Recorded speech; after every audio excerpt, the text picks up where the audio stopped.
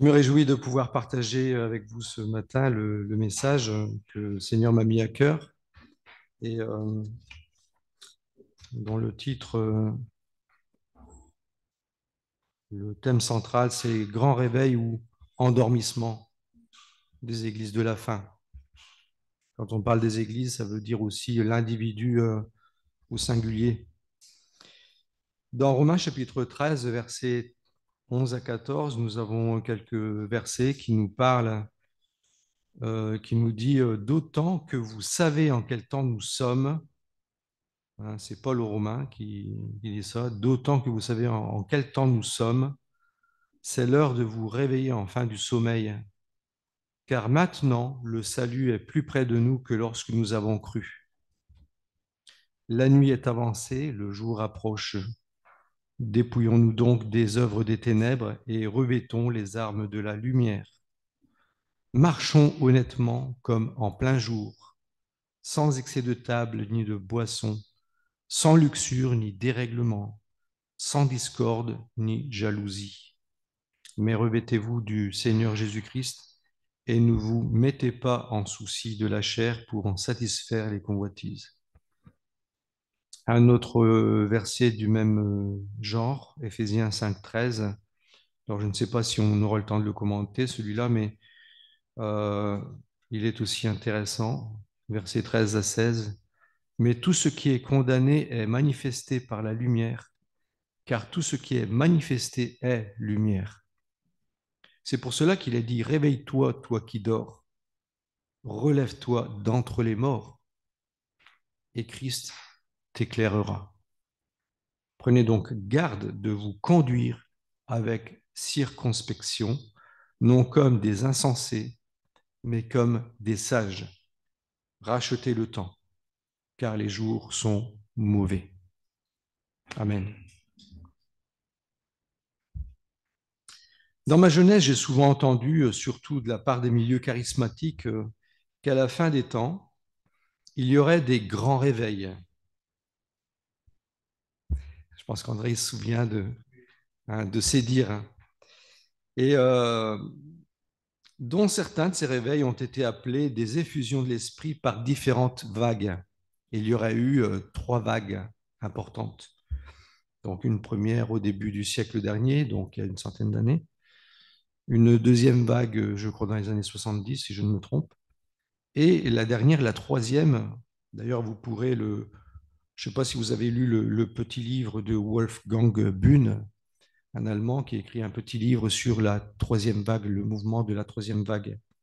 Et je l'avais lu il y a une vingtaine d'années, je l'ai trouvé vraiment très, très intéressant, très édifiant sur ce mouvement qui avait fait euh, beaucoup parler de lui, beaucoup de dégâts, parce que, en fait, dans cette troisième vague, la nouveauté, c'est ce qu'on appelait à l'époque la bénédiction de Toronto.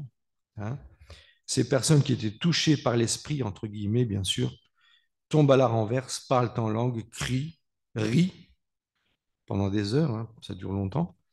Et beaucoup ont accepté ces expériences comme venant de Dieu, sans se poser des questions, les plus basiques même, ni analyser à la lumière de la parole de Dieu. Alors, ce que je lisais quand j'étudiais un peu ces sujets, ce que disaient ces promoteurs de ces grands réveils, de ces effusions de l'esprit,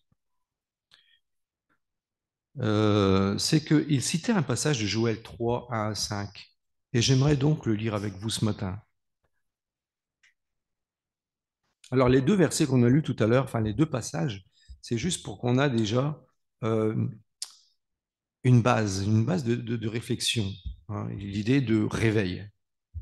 Réveille-toi, toi qui dors, réveillez-vous et changez en même temps de vie. Ayez la motivation pour réformer vos voies, changer de manière de vivre. Donc, on retrouve là l'idée de fond.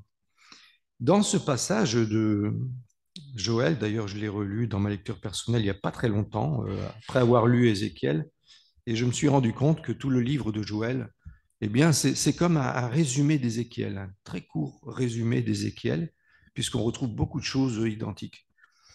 Et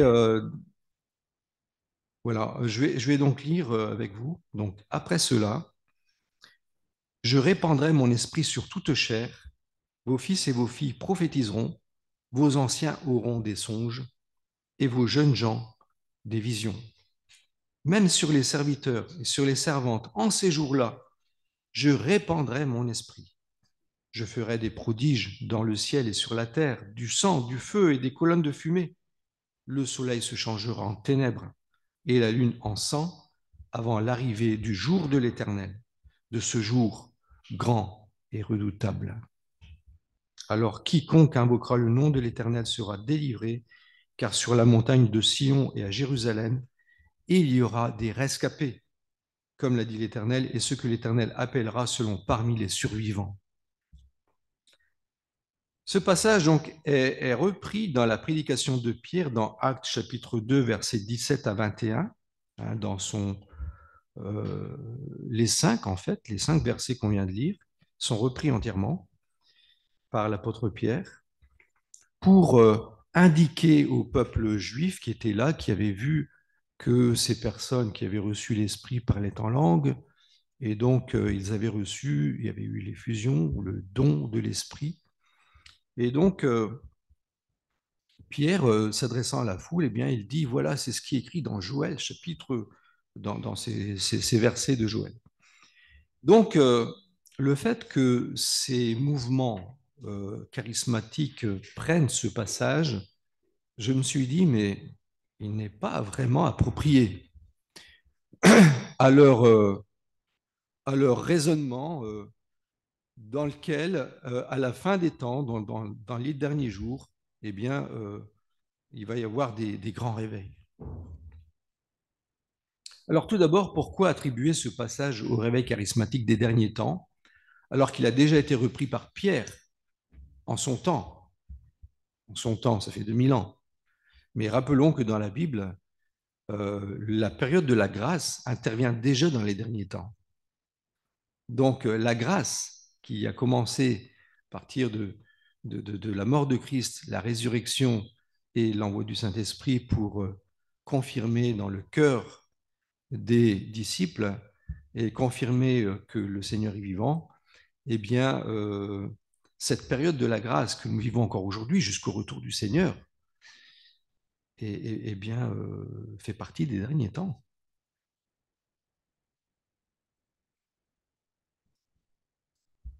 Et il a été repris par Pierre après que le Seigneur a envoyé son esprit pour former son Église, donc à la Pentecôte de l'Église naissante. D'autant que le passage que nous venons de lire se réfère plutôt à la prémisse de la conversion de qui?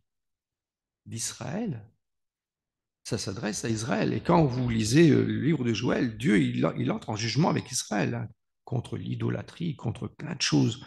Je vous enverrai les grillons, les sauterelles, vous aurez plein de problèmes parce que vous m'avez abandonné. Mais à un moment donné, au chapitre 3, eh bien, on voit une promesse de restauration. Je vous enverrai mon esprit.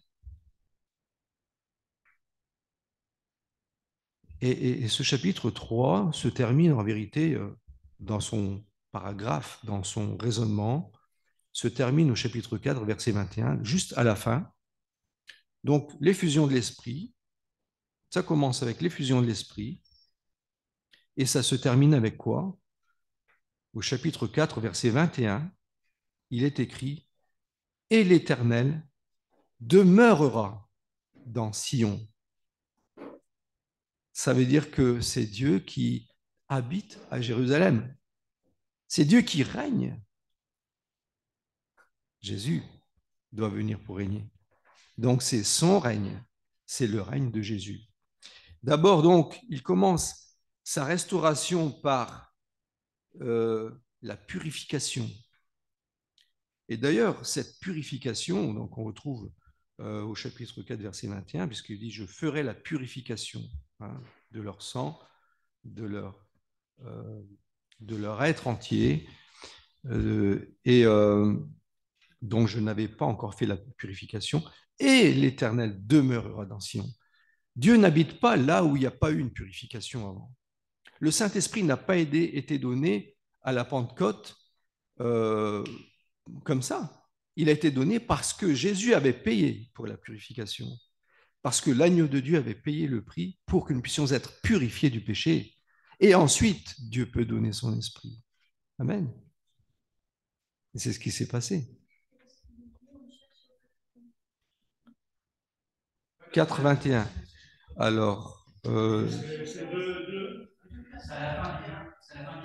Alors c'est possible parce que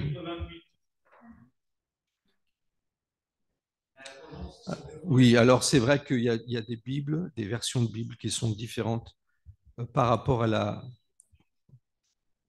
au chiffrage des chapitres. Hein. D'accord, c'est parce que c'est vrai, la colombe, elle peut avoir des différences. Mais si vous lisez jusqu'à la fin, donc, de ce chapitre, en tout cas du 3.1 jusqu'à la fin, vous voyez qu'il s'agit vraiment de la restauration, de restauration d'Israël. D'ailleurs, même quand vous lisez Ésaïe, à la fin, vous remarquez que c'est Jérusalem restaurée à la fin.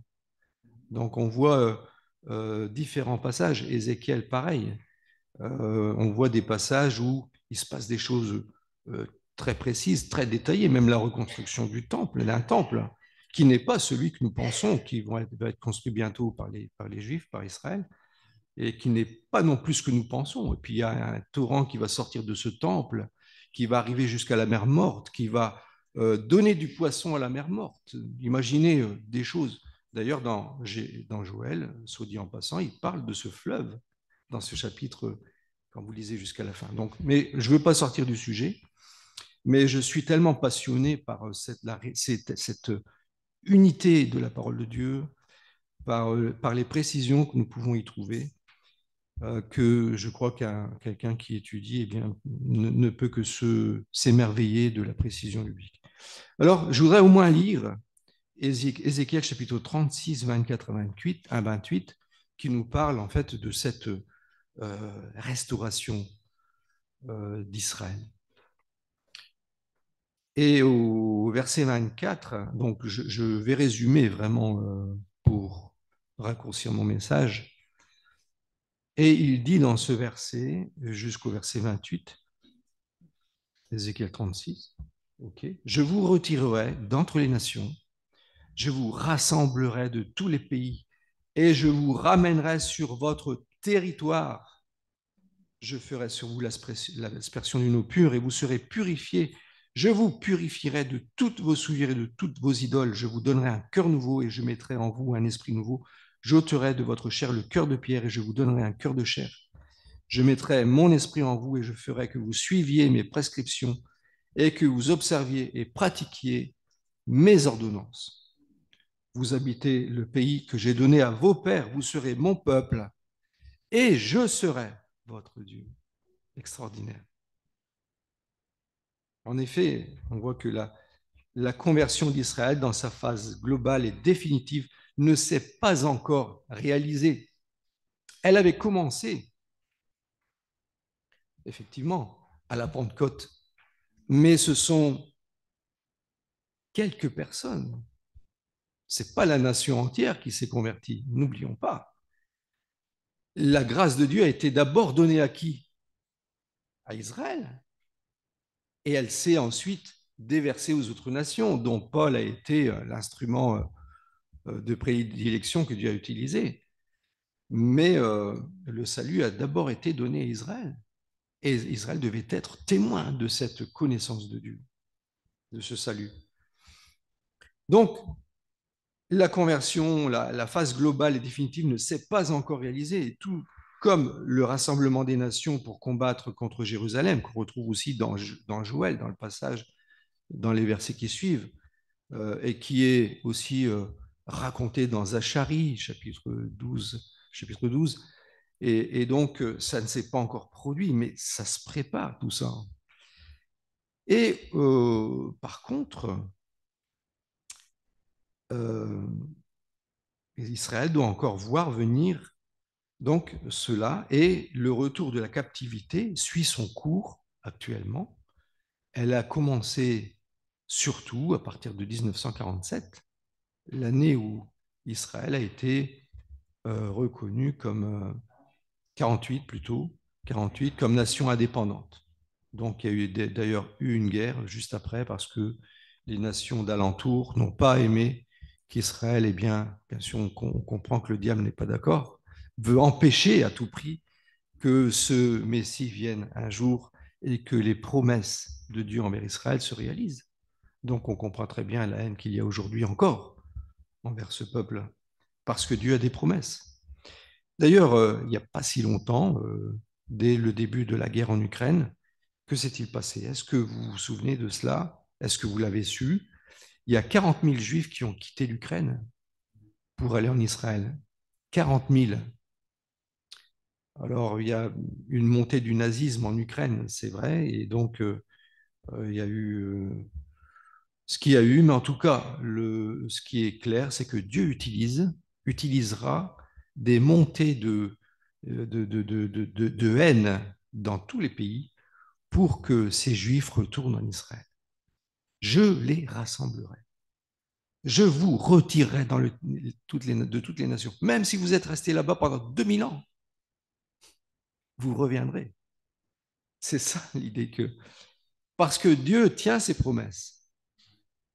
Et c'est ça que c'est vraiment extraordinaire de voir sous nos yeux des choses se produire encore maintenant et qui s'accélèrent maintenant. Pouvons-nous rester indifférents? Et pourtant, alors pourquoi je parle de ça ce matin? C'est que pourtant, sommes-nous dans une phase de réveil ou d'endormissement? Endormissement. Pour- Pourtant, Dieu n'est pas changé. Hein. La grâce de Dieu, quiconque invoquera le nom du Seigneur sera sauvé. Il y a des gens qui entendent l'évangile aujourd'hui et qui restent indifférents. Et qui restent indifférents. Même quelquefois des personnes chrétiennes, et on le verra un petit peu plus loin, qui... Alors, pour revenir au titre de ce message, Réveil ou endormissement, nous fait penser à la parabole bien connue des 10 vierges qui attendent l'époux, qui retardent d'ailleurs. Pourquoi est-ce qu'ils retardent? D'ailleurs, il y a un verset qui le dit, pourquoi Dieu retarde, le Seigneur retarde l'accomplissement de sa venue.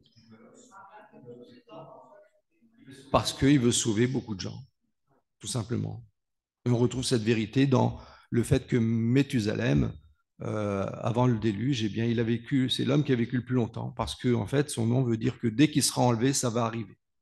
Et le déluge est arrivé dès sa mort. C'est l'année de la mort. Quand on fait un petit calcul mathématique, eh bien, on se rend compte que les 969 ans de Méthusalem aboutissent au déluge. Extraordinaire. Dieu veut sauver des âmes, beaucoup d'âmes, le maximum. Les 5 vierges sages sont réveillées et ont pris soin de prendre de l'huile dans leurs lampes. Elles ont pu partir avec l'époux. Pourtant, les 10 autres, les 10 qui l'attendaient toutes, ou croyaient toutes en la venue de Jésus, toutes les 10 attendaient le retour de Jésus. Mais seulement 5 sur 10 d'entre elles étaient véritablement préparées en allant chercher de l'huile. Cet acte évoque l'effort de la persévérance par 2 actions, qui sont des actions de foi. Mais ce n'est pas n'importe quelle foi, c'est une foi qui sauve, c'est une foi opérante, comme le dit d'ailleurs Jacques. Et donc, ces 2 actions de foi, c'est chercher de l'huile. Et l'huile dans la Bible, c'est le symbole du Saint-Esprit. Rechercher la plénitude du Saint-Esprit. Éphésiens 5, qu'on a lu tout à l'heure, soyez remplis de l'Esprit. Soyez remplis de l'Esprit. Deuxième, veillez sur votre propre conduite de sanctification et de consécration en vue de porter du fruit. Porter du fruit, c'était ce qu'on a vu il n'y a pas longtemps, hein, le cep et les sarments, c'est l'objectif du Père. Selon la volonté du Père, le cep transmet la sève Et selon la volonté du Père, il y a des tailles qui sont faites pour la volonté du Père de porter du fruit. Et encore plus de fruits. Il y a porté du fruit, encore plus de fruits. Donc, parce qu'il y a une taille qui continue à se faire. En fait, on retrouve là l'idée de sanctification, de consécration en vue de porter du fruit. Et la question que chaque personne qui se dit enfant de Dieu, eh bien, doit pouvoir se poser, c'est est-ce que je vis pour plaire et servir le Seigneur ou pour me servir du Seigneur, pour mes intérêts? Il y a des prêtres aujourd'hui qui le font par métier. Et il y en a qui osent même dire qu'ils ne sont même pas croyants. Donc, je pose la question, je ne comprends pas du tout ce raisonnement. Mais malheureusement, il y en a qui se servent aussi de Dieu pour des autres motivations. Ce qui peut sembler étonnant dans la parabole des 10 vierges, c'est que la moitié s'était bel et bien endormie, et la faute n'est pas à rejeter sur celle qui était sage, bien qu'elle n'ait pas pu donner de leur huile aux vierges folles. Leur folie était liée au fait qu'elles n'avaient pas pris au sérieux la parole de Dieu pour lui obéir et chercher son royaume.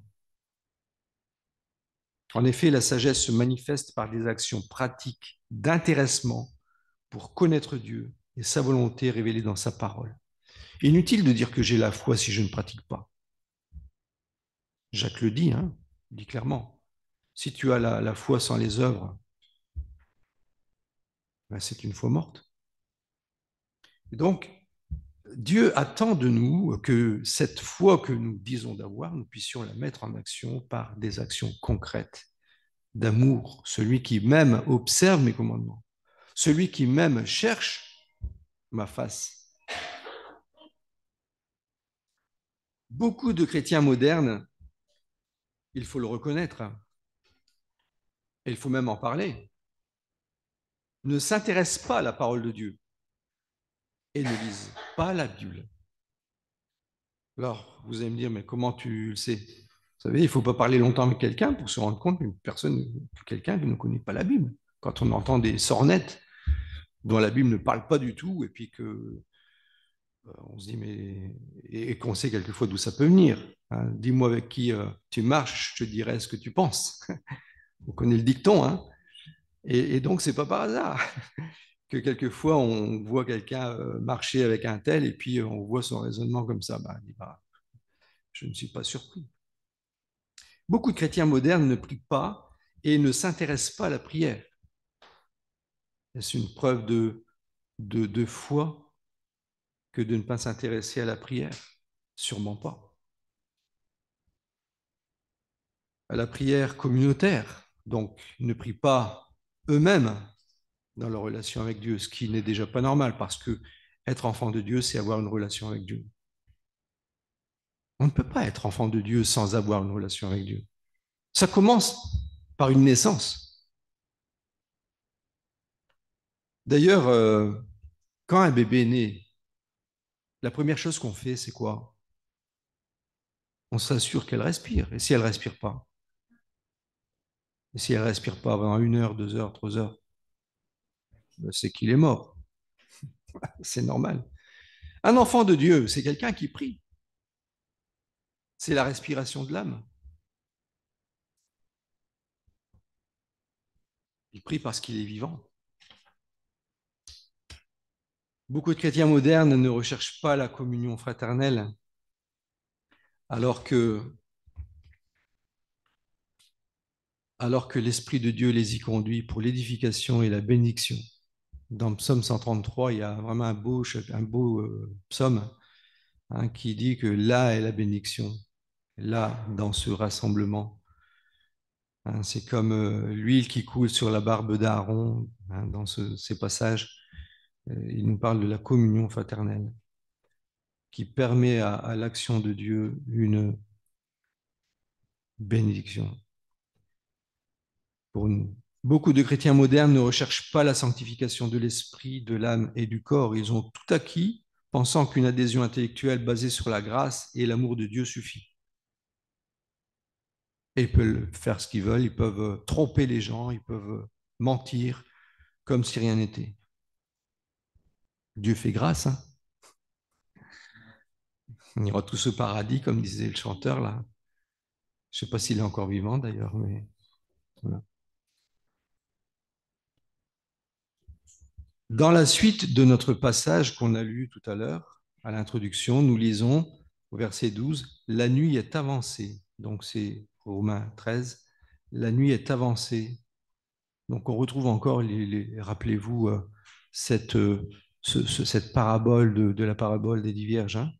La nuit est avancée, le jour approche. Dépouillons-nous donc des œuvres des ténèbres. On ne peut pas vivre ni dans les ténèbres, parce qu'on ne fait pas partie des ténèbres. On est des enfants du jour, dit Paul aux Thessaloniciens, chapitre 5. Nous sommes du jour, nous ne sommes pas de la nuit. Et on doit se dépouiller, se démarquer, se purifier des œuvres des ténèbres. Et ici, il est même dit de revêtir les armes de la lumière. Sauf erreur de ma part, je ne peux pas revêtir quelque chose si je ne me suis pas dépouillé d'autre chose. On est d'accord? Eh bien, c'est pareil ici. Il faut se débarrasser de ces choses que Dieu ne veut pas pour pouvoir endosser véritablement les armes de la lumière.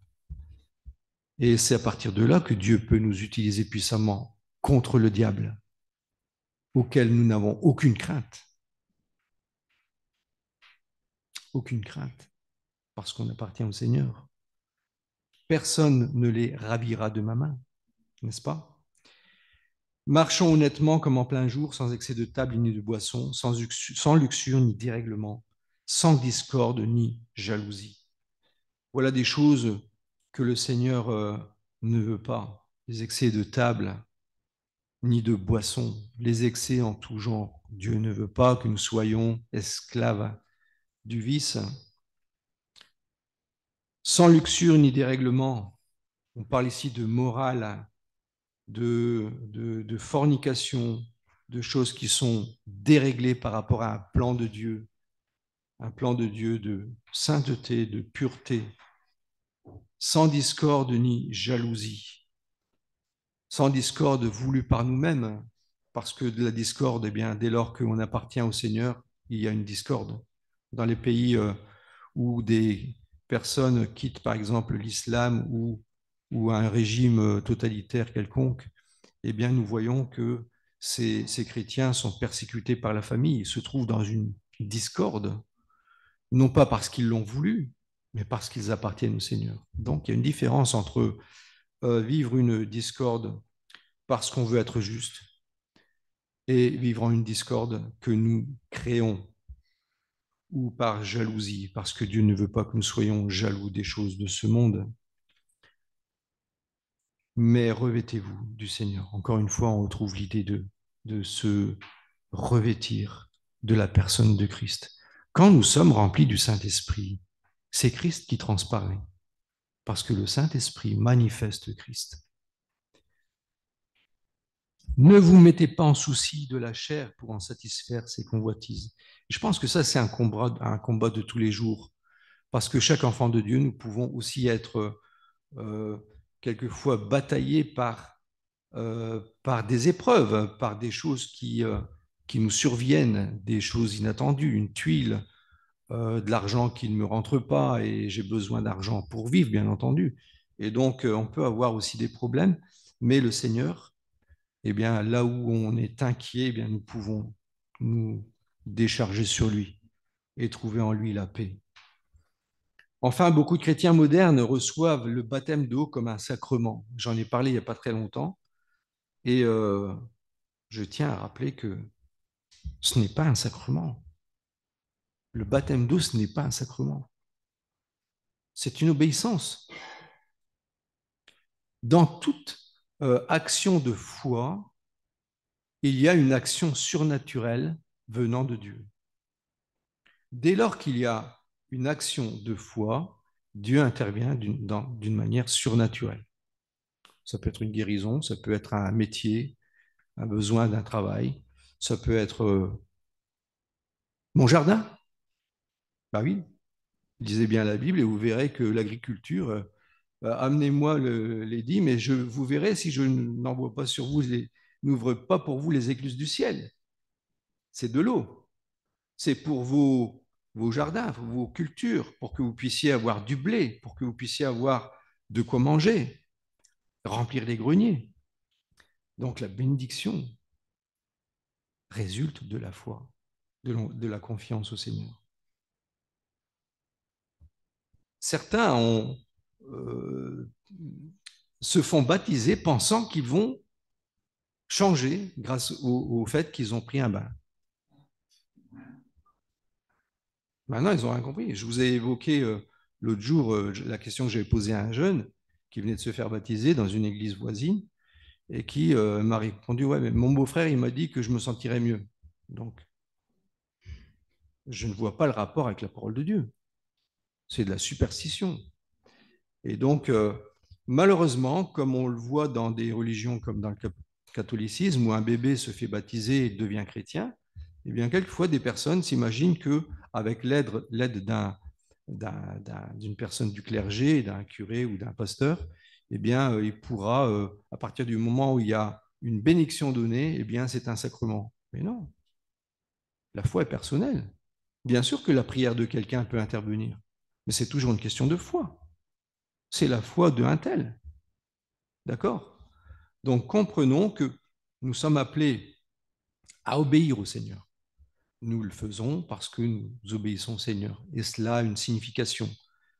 Dans le cas du baptême d'eau, c'est un témoignage public.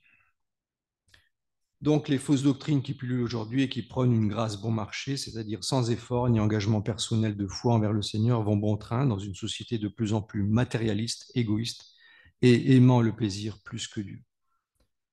Pourtant, ce Dieu qui a donné ce qui avait de plus cher, son propre Fils en sacrifice pour nos péchés et pour nous donner la vie éternelle. Eh bien, ouais. Je voudrais citer quelques passages de la Bible de manière très courte, puisque le temps est déjà bien avancé, qui évoquent donc ces passages qui évoquent une décadence spirituelle de la fin des temps et qui montrent que ce n'est pas ce qu'on pourrait quelquefois penser, qu'il y aurait des réveils à la fin des temps. Dans la parabole du juge inique, rappelez-vous ce que Jésus a dit à la fin, au verset 8 du chapitre 18 de Luc, hein, en parlant de ce juge qui ne voulait pas d'abord faire justice à cette pauvre veuve qui réclamait tous les jours, qui allait vers ce juge, fais-moi justice. Et donc il en avait marre, elle me casse la tête celle-là. Et donc il l'a fait justice. Et pensez-vous que votre Père céleste ne fera-t-il pas promptement justice à ceux qui crient à lui jour et nuit? Verset 7. Et tarderait-il à leur égard? Je vous le dis, il leur fera promptement justice. Mais quand le Fils de l'homme viendra, trouvera-t-il la foi sur la terre? Et ça, c'est une question qui attire une réponse négative. Hein? Verset chapitre 24, Matthieu 24, verset 11. Il est dit aussi que plusieurs faux prophètes s'élèveront et séduiront beaucoup de gens. Et en raison des progrès de l'iniquité qui avancent bien avec, vous connaissez, hein, on peut voir n'importe quoi hein, avec le petit portable, là, le smartphone, et on peut même voir vraiment du n'importe quoi, des gens qui peuvent aussi tomber dans la convoitise, dans la pornographie avec ces choses. Et donc, on doit faire là très attention à cause de l'avancement de l'iniquité qui a pris de l'ampleur, des faux raisonnements sur le mariage, sur plein de choses qui sont véhiculés par les médias du matin au soir. Eh bien, que se passe-t-il? En raison des progressions du progrès de l'iniquité, l'amour du plus grand nombre se refroidira. Mais celui qui persévérera jusqu'à la fin sera sauvé. Il est question de persévérance dans la foi. La persévérance ici, ce n'est pas quelque chose qui appartient à la période de l'Apocalypse. Parce que dans ce cas-là, les chrétiens qui persévèrent et qui risquent leur vie aujourd'hui, ça ne devrait pas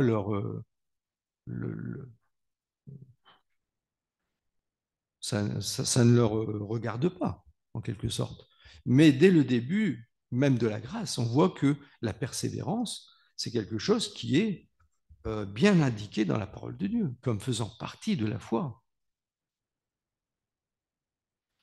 1 Timothée 4,1 dit aussi que l'Esprit dit expressément que dans les derniers temps, quelques-uns abandonneront la foi pour s'attacher à des esprits séducteurs et à des doctrines de démons. Alors la question que je me pose, quelques-uns abandonneront la foi. Pourtant, c'était la foi. C'est certainement la bonne foi. Vous avez compris ce que je veux dire? Parce que sinon, il ne dirait pas la foi. Quand il parle de la foi, Paul, à Timothée, il parle d'une foi qui est juste, comme celle des Galates, qui au début avaient compris que Christ était mort pour eux et puis qui s'en vont tout doucement vers le légalisme de Moïse, hein, vers la loi de Moïse. Il faut se faire circoncire, faire ceci, faire cela. Et donc là, vous n'êtes plus dans la grâce, là. Vous êtes déchus de la grâce si vous retournez à la loi. Conclusion, tous ces passages de la Bible, il y en a beaucoup d'autres encore, mais je voudrais au moins citer ces trois-là, qui évoquent la spiritualité de beaucoup de chrétiens dans l'Église de la fin des temps, nous donnent un avertissement pour ne pas nous laisser vaincre, accaparer par tout ce qui n'a pas la priorité pour nos âmes. Et il nous invite, ces passages, à persévérer pour nous dépouiller des œuvres des ténèbres et revêtir Christ. Revêtir Christ. Soyons comme les vierges sages, rachetons le temps, remplissons d'huile nos lampes et veillons sur nos âmes, car Jésus revient bientôt. Jésus revient très, très, très bientôt. Amen. Que le Seigneur soit loué et glorifié. Reviens, Jésus. Amen.